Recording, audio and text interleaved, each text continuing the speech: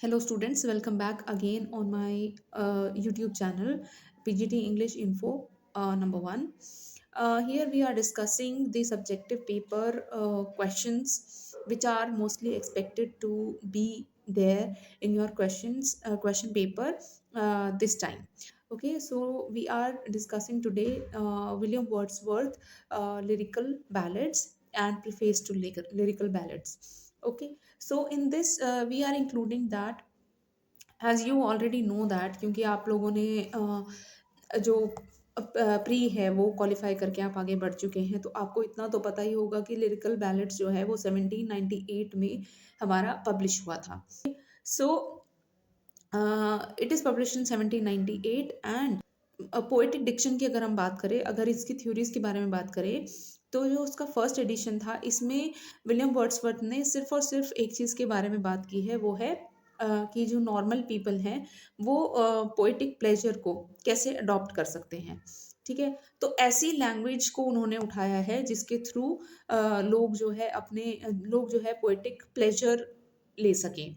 ठीक है, poetic things का मज़ा ले सकें.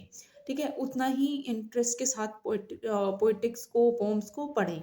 ओके, सो फर्स्ट एडिशन में हमारा इतना ही चीज़ें हैं जो कि हमें एक्सप्लेन करनी है. ओके, देन फिर एक प्रेफेस टू लिरिकल बैलेट्स आया, जिसमें इन्होंने उन सारी चीज़ों को जो है एक्सप्लेन करते हुए, बहुत ही अच्छे तरीके से नेचर से रिलेट करते हुए चीज़ों को जो है एक्सप्लेन किया. कह सकते हैं कि प्रेफेस टू लिरिकल बैलेट्स में वर्ड्सवर्थ ने बहुत ही कॉम्प्रिहेंसिव वे से, बहुत ही उसको बहुत ही खूबसूरती से रिलेट करते हुए नेचर के साथ, ठीक है, कैटेगोरिकल फॉर्म में उसको एक्सप्लेन किया पोएटिक डिक्शन को. ठीक है, पोएटिक डिक्शन क्या है? The language which he used to make the people from the upper caste and from the lower caste to adapt the poetic pleasure. Okay, आप इस तरीके से इसको एक्सप्लेन कर सकते हैं. इसमें जो है पॉइंट्स जो है वो हमारे आ जाते हैं, जैसे कि इन्होंने वर्ड्सवर्थ ने चूज किया उन इंसिडेंट्स को जो नॉर्मल लोगों के लाइफ में अभी तक हो रहे थे, उन लैंग्वेजेस के वर्ड्स को जो नॉर्मल लोग यूज कर रहे थे. ओके, सेकेंड पॉइंट हम इसमें लिख देते हैं, जैसे मैंने आपको बताया, सिलेक्शन ऑफ द लैंग्वेज, है ना, जो really which is really used by main at that time. ठीक है, ऐसी लैंग्वेज उन्होंने यूज़ की जो कि आप जब आप पढ़ते हैं उसको, तो you can relate with that poem or that work or that poetry. Okay, you nowadays we are relating everything from social media.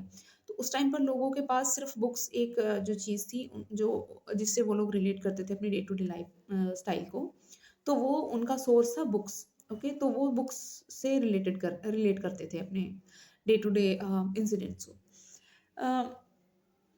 Then point आ जाता है कि जो उनका जो तरीका था किसी भी चीज़ को एक्सप्लेन करने का, वो एनवायरनमेंट से रिलेट करके चीज़ों को बताते थे.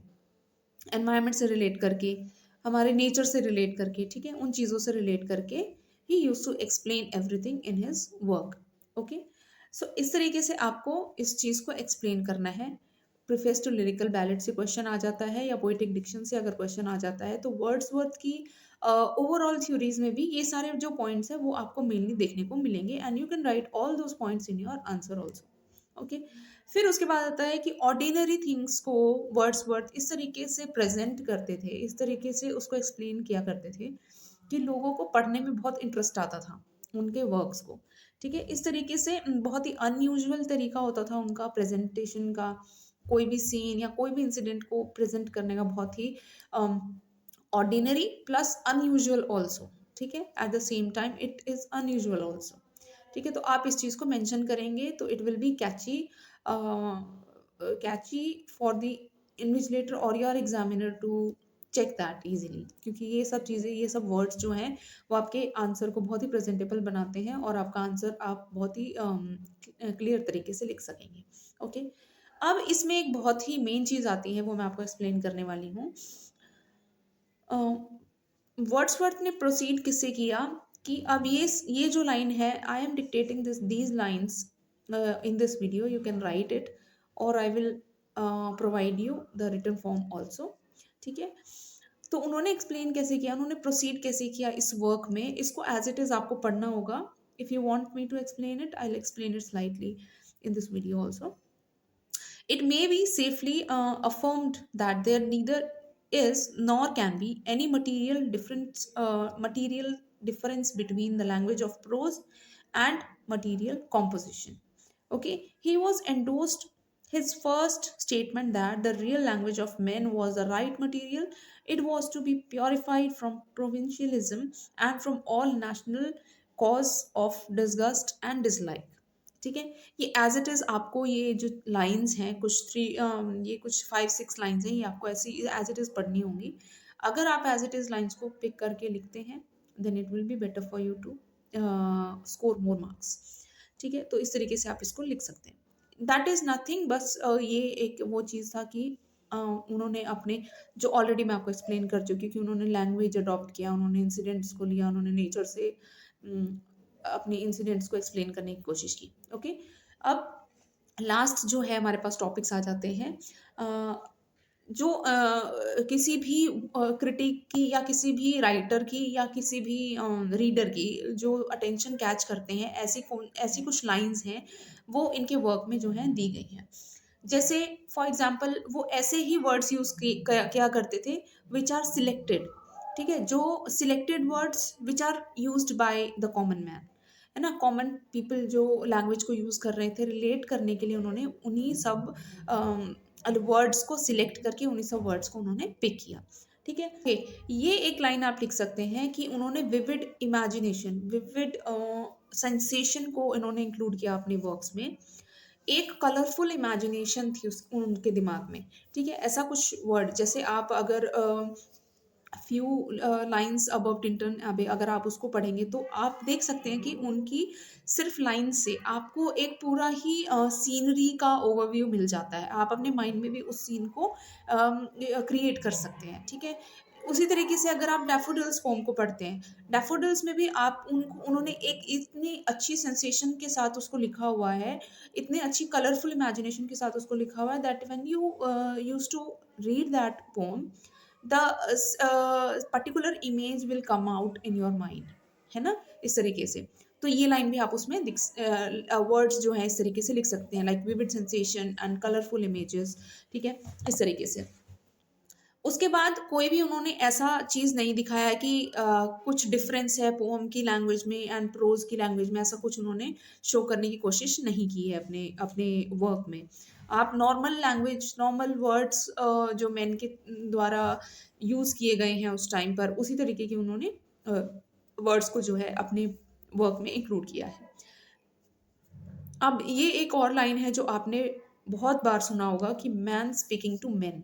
उनकी लैंग्वेज वैसी है कि जैसे एक आदमी बहुत सारे लोगों से बात कर रहा है ना, इस तरीके से उन्होंने लैंग्वेज किया है. And this is the Herald of the romantic movement also, है ना. रोमांटिक मूवमेंट का जो हेराल्ड था वो ये था, यही रखा गया था कि man speaking to man. And ठीक है, सीएम बोरा ने उनके लिए एक जो लाइन है वो ये लिखी गई है, ये उन्होंने कमेंट किया है after reading his works, after reading his this poetic diction and lyrical ballets. उन्होंने उनके लिए कहा है कि it was for the most important gift that a poet can have, है ना. तो ये लाइन भी आपको हाईलाइट करनी ज़रूरी है. तो this is all about lyrical ballot. आप इसको you need to make it more you have to make more points in it, क्योंकि मैं वीडियो इतनी लंबी नहीं बना सकती हूँ सिंस आपको ये पता चल गया है कि मेन पॉइंट्स आपको क्या लिखना है उसमें. ठीक है, सो आप अपने नोट्स बनाइए and make it a proper answer. Okay, questions इस तरीके से आ सकता है कि what are the views of Wordsworth on lyrical ballads और इन पोएटिक डिक्शन, इस तरीके से आप बोल सकते हैं. Okay, explain man speaking to man, इस तरीके के क्वेश्चंस में भी आप ये सारी चीज़ों को इंक्लूड करके लिख सकते हैं. ऑल इन ऑल कहने का मतलब है कि अगर आपके पास क्वेश्चन आता है वर्ड्सवर्थ से related, so these are the point. And like and subscribe and let me know in the comment section if you want more questions like these in the long videos. Thank you so much.